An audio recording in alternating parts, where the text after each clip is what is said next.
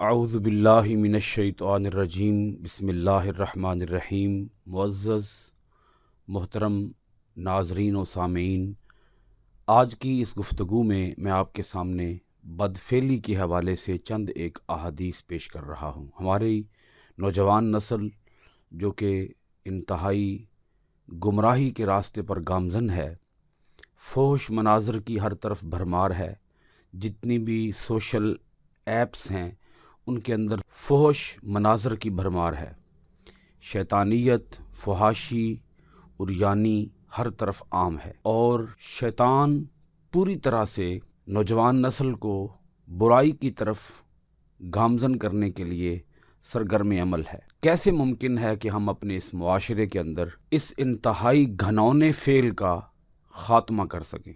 چند ایک ارشادات نبویہ صلی اللہ علیہ وآلہ وسلم میں آپ کی خدمت میں پیش کروں گا، جس سے ہمارے اندر اس گھنونے فعل کی نفرت پیدا ہو سکتی ہے۔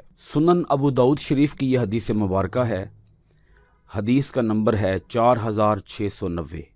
نبی اکرم صلی اللہ علیہ وآلہ وسلم نے ارشاد فرمایا، جب کوئی آدمی زنا جیسے برے عمل میں مبتلا ہوتا ہے تو ایمان اس میں سے نکل کر اس کے سر پر سائبان کی طرح ہو جاتا ہے، اور جب وہ اس فعل سے لوٹتا ہے، اس فعل سے الگ ہوتا ہے، تو ایمان اس کی طرف دوبارہ لوٹ آتا ہے۔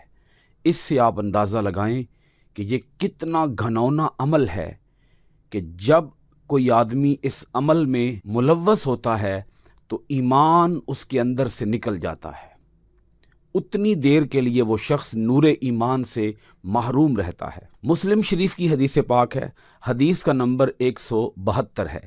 نبی اکرم صلی اللہ علیہ وآلہ وسلم نے ارشاد فرمایا، 3 ایسے لوگ ہیں جن سے اللہ رب العالمین نہ کلام کرنا پسند فرمائے گا، کل قیامت کے دن نہ تو ان سے کلام کرنا پسند فرمائے گا اور نہ ہی ان کی طرف دیکھنا پسند فرمائے گا۔ نمبر 1 بوڑھا زانی، نمبر 2 کاذب حکمران، نمبر 3 متکبر فقیر۔ مسند امام احمد کی حدیث پاک ہے، حدیث کا نمبر 23915 ہے۔